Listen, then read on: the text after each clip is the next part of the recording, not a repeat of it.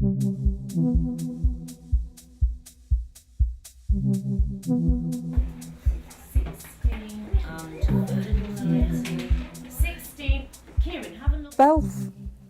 doesn't have the choice when they're going to schools of what devices schools are going to choose. Schools want iPads, but other schools may want something cheaper, they may want something Windows-based, they may want some other novel device, and that's absolutely fine. So it's about what they're going to do with these devices in the classroom.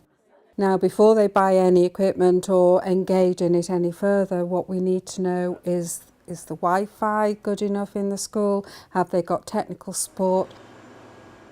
We start off with the 30 iPads in September when they come in for our New Year group, and we set them up for the children so that it's safe for them to use, and we install school apps onto those iPads for them to use in class to help them with lessons.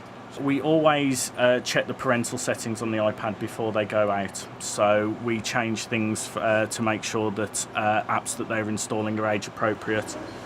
On the negative side, we occasionally have breakages, and we occasionally have iPads that might have had content not suitable installed on them, but we can easily reverse this and make sure that the iPads are fit for lessons when they bring them in.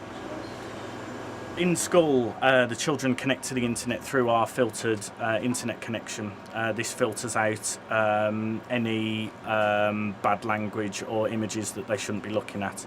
At home, we don't have the same control, so we encourage the parents through our home school agreement to take responsibility for this and to monitor what their children are viewing on the iPads at home.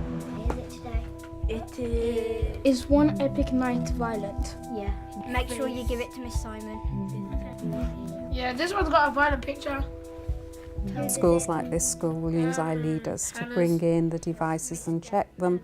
Other schools are not as rigorous as that, so we'll problem solve rather than monitor what's happening with the devices. No. Sometimes schools, iPads particularly, don't have enough space for another educational app, so teachers or IT technicians will go through them and find they've got hundreds of games that they've downloaded once and never used again. So we'll ask the parents and the child to scrub those. With the iLeaders that we have, they also had to learn how the espresso coding by themselves, and they're going to be teaching it to some of the Year 2 children. They also support the teachers, so it's normal here for them to support the teachers, especially with the iPads, because they're way ahead of us.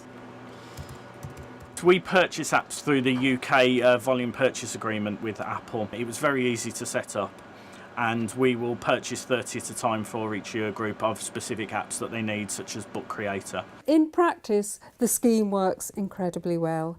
We have very few devices that go missing or are lost and stolen. We have very few breakages, considering how many devices we've got in the hands of young children. The BeLF scheme's been great for this school as a part funding device for the iPad. Usually these children wouldn't necessarily have access to that kind of technology, and the school cannot afford to purchase that technology for every student. The BeLF scheme's ensured that it's a completely inclusive scheme that will allow every child to have access to a device.